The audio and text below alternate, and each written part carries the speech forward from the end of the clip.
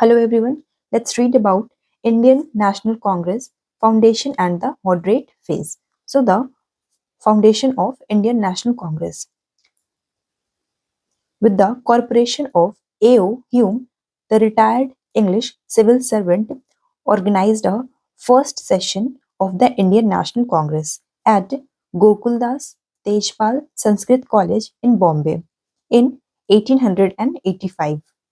Surendranath Banerjee and Anand Mohan Bose were the main architect of the Indian National Congress.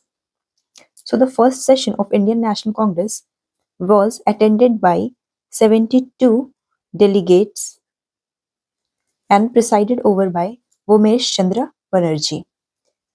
Hereafter, the Congress met every year.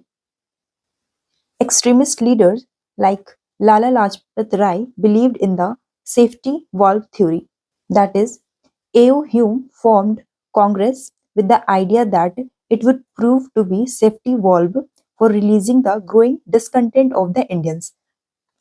To this end, he convinced Lord Dufferin not to obstruct in the formation of the Congress.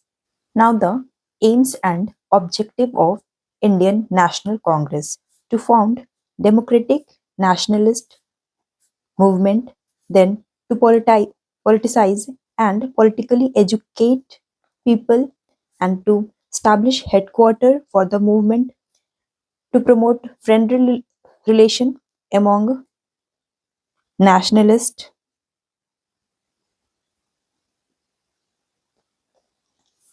then to develop and propagate an anti-colonial nationalist ideology, then to formulate and present popular demand before government.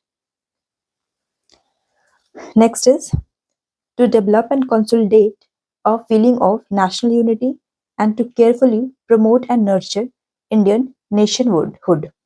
During early period 1885 to 1905, the leaders, believers in liberalism and moderate policies, such are came to be labeled as moderates.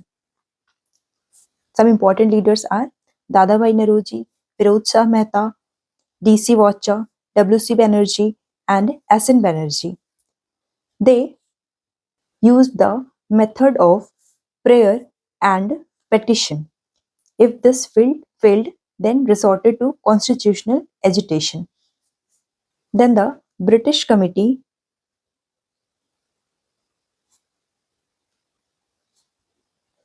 of Indian National Congress was established in London in 1889. Early nationalists led by Dadabhai Naoroji, R.C. Dutt, Dadabhai Naoroji, R.C. Dutt,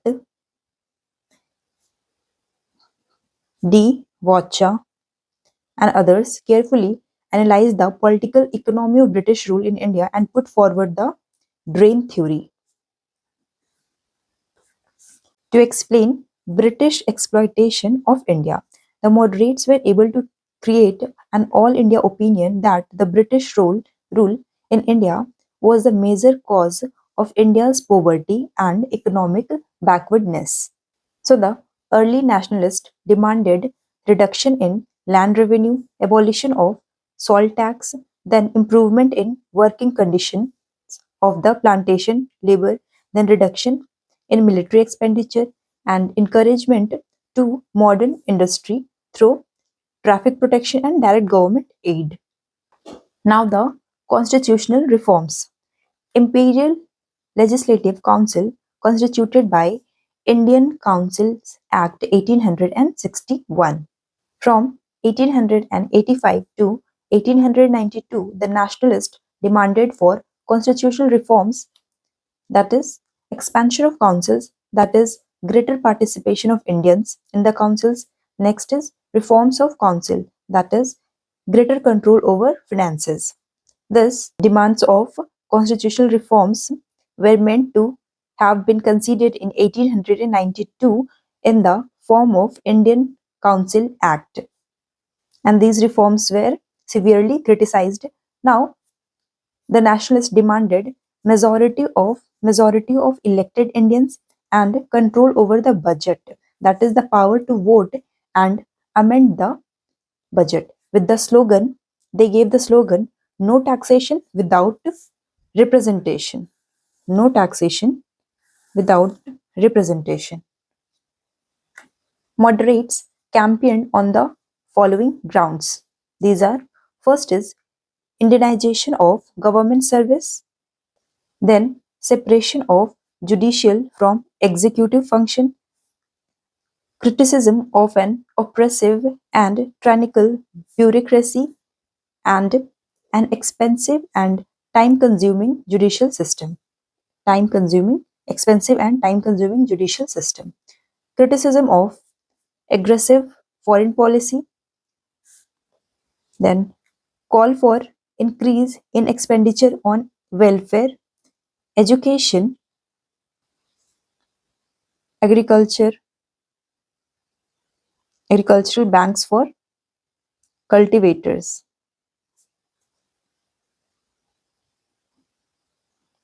Then, then the demand for better treatment for Indian laborers abroad in other British colonies where they faced oppression and racial discrimination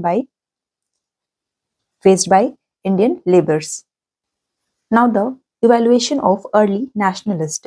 They represented the most progressive forces of that time. Then they were able to create wide national awakening, that is, feeling of belonging to one nation.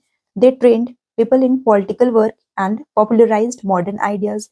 They exposed exploitative character of colonial rule. Then their political work based on hard realities and not on shallow sentiments. They established a basic political truth that India should be ruled in the interest of India only. Then they created a solid base for more vigorous militant mass based national movement. क्या evolution हुआ कि उस time का most progressive forces था, then wide national awakening, feeling of belonging to one nation, then trained people in political work, then exposed exploitative character of colonial rule, political work based on harsh realities, not on shallow sentiments. Then India should be ruled in the interest of India only, more vigorous, militant, mass based national movement. Then the role of masses. Early nationalists lacked political faith in the masses. The masses were generally ignorant and had conservative ideas and thoughts. The moderates felt that these heterogeneous elements had first to be welded into nation before they entered political sphere. Now the attitude of the government. Uh, in the beginning, government was hostile to the Congress. But after 1887, the official attitude stiffened when the government failed to persuade Congress to confine itself to a social issues. Dufferin called Congress a factory of sedition. Later, the government adopted a divide and rule policy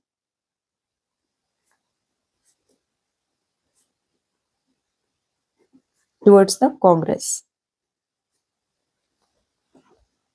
They throw policy of carrot and stick, then pitted the moderates against extremists.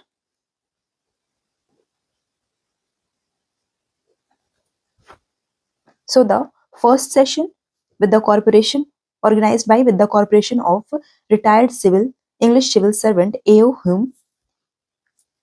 Surendranath Banerjee and Anand Mohan Bose were main architect of the Indian National Congress. Then first session at Gokuldas Tejpal Sanskrit College in Bombay in 1885, 72 delegates and presided by Umesh Chandra Banerjee. So let's end here the topic Indian National Congress Foundation and the Moderate Phase. Thank you.